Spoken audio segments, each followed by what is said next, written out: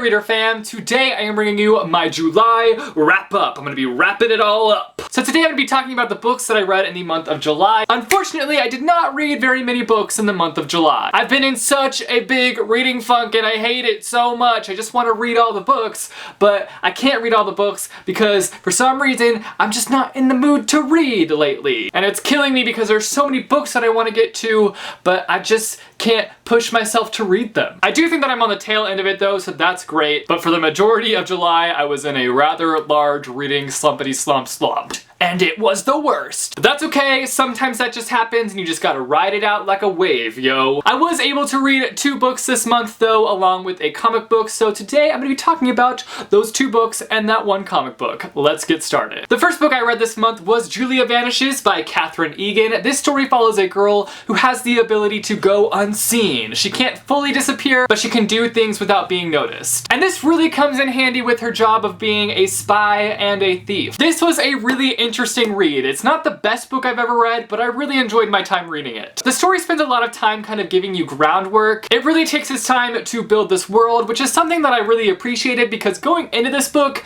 I had no idea what this world was all about. The description doesn't really give you any details as to what the world is like. In this book, we have witches that are forbidden from this world and are hunted down and killed. We also have a really mysterious plot line that takes place that I really enjoyed. And I think it might have been one of the most captivating aspects of this story.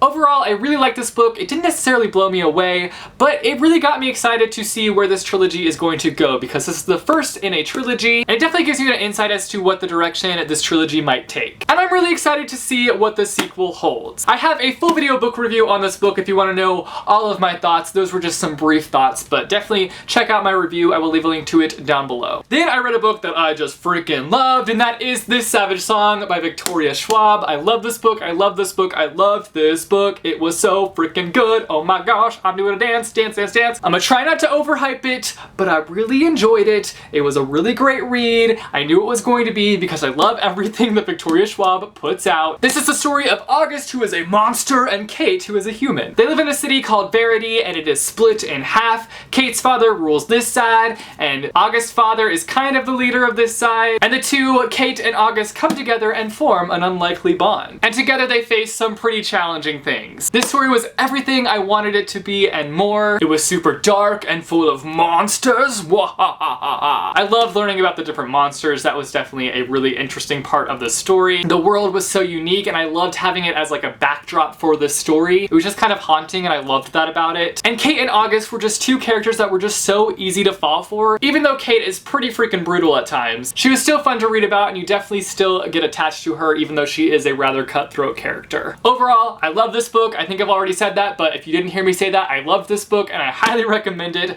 I also did a full video book review on this book, so if you want to hear all my thoughts, opinions, and feels on this book, I will leave a link down below to that review. And finally, the last thing that I read this month was Avengers Arena, Kill or Die, which is essentially like the Avengers meeting the Hunger Games. We have these Avengers in this arena and they're trying to take each other out. I wasn't expecting to like this as much as I did, but I really liked it. Something that really stood out to me is the fact that each issue focused on one of the different Avengers. So you're getting to know everyone's story, struggle, and the things that they're facing throughout their time in the arena. The story was a little bit choppy at times, and it just didn't flow very nicely. And I think that that might have been its downfall, but it was still a super entertaining read. And if I can find volume 2, then I will definitely be checking it out. So those are the 2 books and comic book that I read in the month of July. You guys should let me know down below if you have read any of the books or comic book that I mentioned in today's video and what you thought of them. I'd love to hear all your thoughts. Also, let me know down below your favorite book that you read in the month of July and your least favorite book you read in the month of July because I want to know. Also, if you like this video, be sure to give it a big thumbs up. I post videos every Monday, Wednesday, and Friday, so click subscribe if you want to be notified for when I post new videos.